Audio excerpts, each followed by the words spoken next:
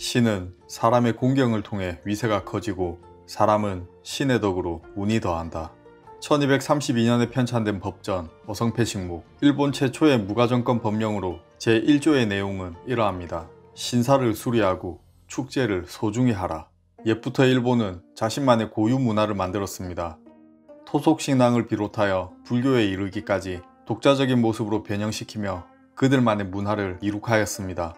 무사와 상인, 농민에 이르기까지 저마다 자신이 믿는 신들이 있고 각 가정에 작은 신사를 두는 것부터 하여 화려하게 꾸며진 신사에 이르기까지 일본은 그야말로 신사의 나라였습니다. 또한 나라에 불교가 깊이 자리잡아 사람이 장례를 치를 때는 땅에 묻지 않고 화장을 하였습니다. 이러한 모습은 조선의 통신사들의 눈에는 충격 그 자체였습니다. 1748년 일본에 다녀온 조명채는 이를 보고서 이렇게 평가합니다. 일국을 통틀어 가옥의 수요를 계산해보면 부루와 신사가 반을 차지했다. 향촌에 좋은 곳이 있으면 다 사찰이 먼저 점거한다. 사찰은 태수나 관백의 집보다 훨씬 훌륭하다. 까까머리에 검은 옷을 입은 중들이 팔을 뽐내며 스스로 여기기를 나를 감히 업신여기지 못할 것이다 라고 하니 일본의 온 땅은 신불의 나라라 할 만하다. 1763년 일본을 방문했던 원중거는 유교에서 말하는 사례가 없다 라고 말했는데, 사례란 관례, 혼례, 상례, 제례로서 유교를 구성하는 요소 중 하나입니다. 그는 이것을 일본 내에서는 찾을 수 없다고 말하며 일본이란 국가가 어떤 바탕으로 이루어졌는지에 집중합니다. 대개 그 나라에서는 신국이라 칭하며 생사와 화복을 한결같이 신에게 말한다. 그러므로 외황의 명령과 다스림, 생살과 패치는 하나같이 모두 신도에 의지하여 행한다. 불법이 들어와 나라 사람들은 또한 명신으로 삼아서 높이 받들었다. 그러므로 외황은 이에 의지하여 더욱 스스로를 굳건히 한다. 부처를 받드는 것은 그 법을 받드는 것이 아니며 그들의 명신을 위해 받드는 것이다.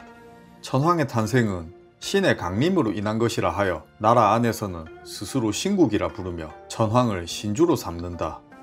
천황의 존재를 신격화시킴으로써 그 아래에 사는 사람들은 모두가 신의 백성이 되며 불교라는 종교는 신도에 흡수되어 천황이 불교 위에 있는 존재로 여기는 도구로 사용됩니다. 일본 천황의 역사를 기술한 신황 정통기에는 이런 글이 있습니다. 대일본은 신국이다. 텐소는 처음 나라의 근본을 세웠다. 태양의 신이 오랫동안 자신의 계통을 후세에 전하였다. 이것은 우리나라에만 있는 것이다. 다른 나라에는 이러한 예가 없으므로 우리나라는 신국이라 부르는 것이다. 원중거는 이들의 종교의식을 말하길 사람들이 독실하게 믿으며 어리석게 혹함으로 귀신들이 그 요망한 재앙을 펼칠 수 있는 것이다. 일본이 신국 사상에 의해 나라가 만들어졌으나 그 신앙에 대해서는 부정적이라며 자신의 의견을 덧붙입니다. 하지만 원중거는 여기서 그치지 않고 한 걸음 더 나아가 일본인의 미래도 말합니다. 만약 나라 전체를 대량 논한다면 무풍이다. 천황이 거짓 칭호에 의탁할 수 있었던 것은 신도를 끼고 다스렸기 때문일 것이다. 지금은 문풍이 점점 열리니 귀신의 정상이 날로 드러나 오랑캐의 비루한 풍속이 크게 변할 날이 있을 것이다.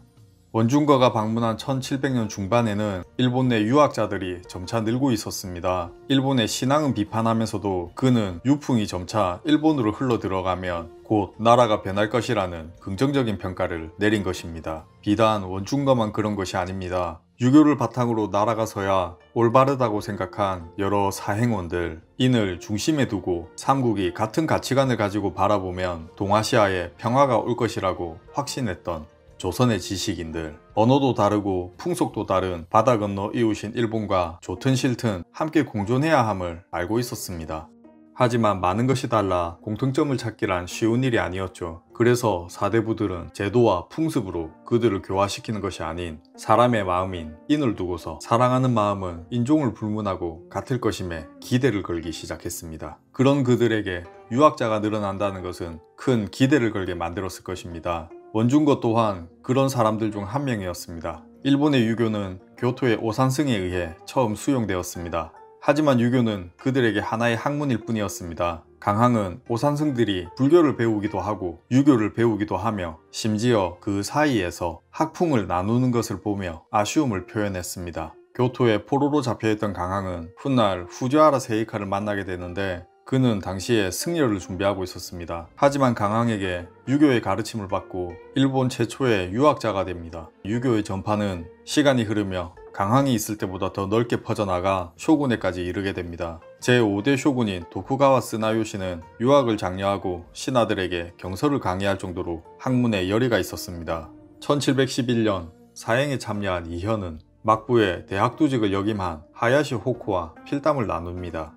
귀국이 성인을 존경하고 문치를 숭상하면서 나라를 다스리는 것이 거룩합니다. 우리 선주는 어릴 때부터 학문을 좋아하고 노년에 이르렀을 때도 스스로 경연에 나와 사설을 강의하고 주역본이 전편을 강의하셨습니다. 정무를 보는 사이에 유생들을 모아 경의를 논변하셨으며 유생이 질문을 하면 막힘없이 대답해 주셨습니다. 승려에서 시작하여 쇼군에 이르기까지 전해진 유학의 흐름이었지만 오랫동안 일본을 지탱한 그들의 신앙과 풍속은 바꾸기 어려웠습니다. 1711년 일본을 다녀온 임수가는 이렇게 기록했습니다. 유사들은 주회암 혹은 육산상을 배우는데 이따금 제조관에게 글을 보내어 학문을 강론하고 태계의 학설을 들어 변종하기도 하니 그 쌓은 덕과 높은 이름이 이처럼 먼 지방 사람들에게까지 경복을 받는다. 그러나 풍속이 귀신을 좋아하므로 사당이 온 나라에 가득하여 돌문을 세우고 신명의 이름을 써붙인다. 이를테면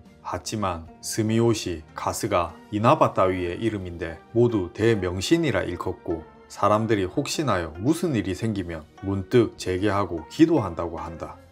유학은 배우지만 그들의 풍속에는 유교 의례가 없으며 귀신만 숭배하던 이 내용의 글은 인으로 이루어진 하나의 세계관을 공유하며 평화를 바라온 조선 사대부들의 희망이 헛된 것임을 보여주는 대목입니다. 조선 통신사로 참여한 지식인들은 길을 떠나며 무인의 나라를 교화시키는 것을 자신의 책무로 삼았습니다. 외란전 통신사로 다녀온 김성일은 일본을 보고서 시를 읊기를 예의는 어찌 오랑캐와 중화가 따로 있으랴. 그것을 가지면 중화가 되고 그것이 없으면 오랑캐가 되네. 도리로서 먼 나라 사람들을 회유하여 가히 없는 인성을 퍼뜨리려 하네.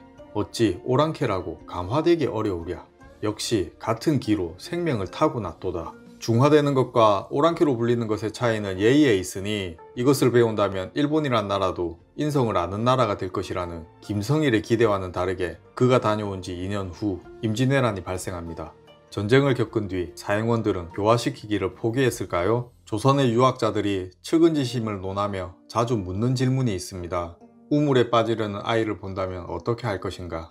유학자라면 측은하게 여겨 아이를 구한다 하였겠지만 만약 아이가 빠지더라도 불쌍해야 하지 않는다면 어떻게 할 것인가에 대한 물음에 그들의 답은 사람을 바꾼다였습니다. 일본인을 교화시켜 오랑캐로 불리지 않는 세상이 올 것이라고 믿었던 조선의 지식인들, 전쟁을 겪었지만 그들은 아직 교화를 포기하지 않은 듯 보입니다.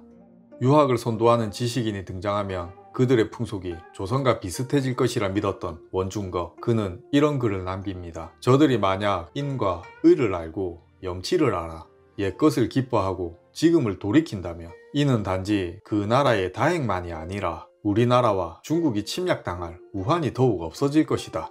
동아시아 대통합을 꿈꾸었던 조선, 하지만 그들은 하나 잊은 것이 있습니다. 그것은 바로 정체성이죠. 이 땅에 살아가는 자들이 남긴 수많은 발자국으로 만들어낸 풍속과 신앙은 다른 땅에서 살아온 자들이 부정하면 안 된다는 것을 그들은 몰랐습니다. 교화라는 말로 포장하여 그들의 뿌리를 부정하고 저속하게 여기며 서로의 관계를 상하로 정립하려 했던 사람들의 모습은 그들이 전하고자 했던 인에 정말 부합하는 것일까요? 시간이 흘러 일본은 대정봉환을 거치며 새로운 정권을 맞이하게 됩니다. 그 정권의 선택은 우리 모두가 알고 있는 결과를 가져왔습니다.